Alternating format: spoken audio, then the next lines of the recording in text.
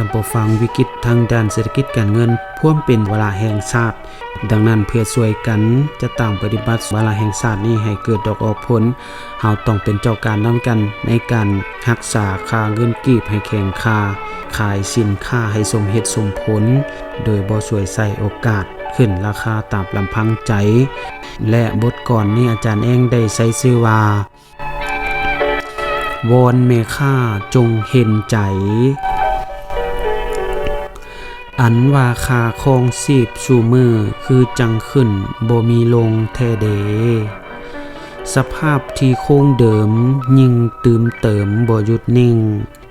ทุกสิ่งอย่างไหลขึ้นดังขึ้นอวกาศประเทศยุ่งยากคุ้งข้างบนแก้ไขแท้แล้วบ้านเมืองสิทุกข์ยากให้วิกฤตใหญ่ภัยหนา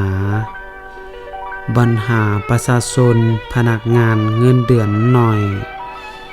คอยประเชิญกับสินค้าราคาแพงเกินส่วน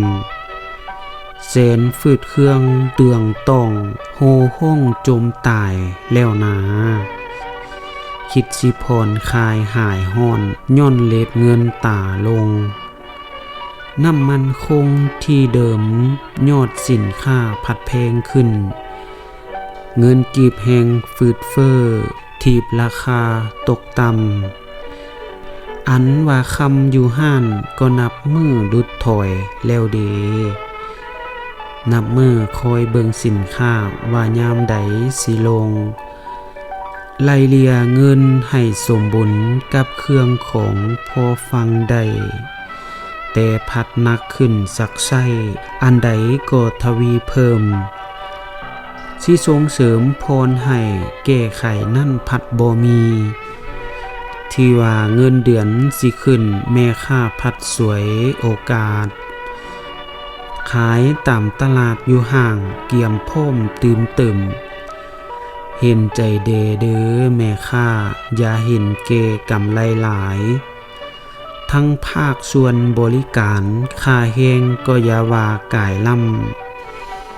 ทั้งภาคส่วนการค้าก็ลงกวดกาเบิงแด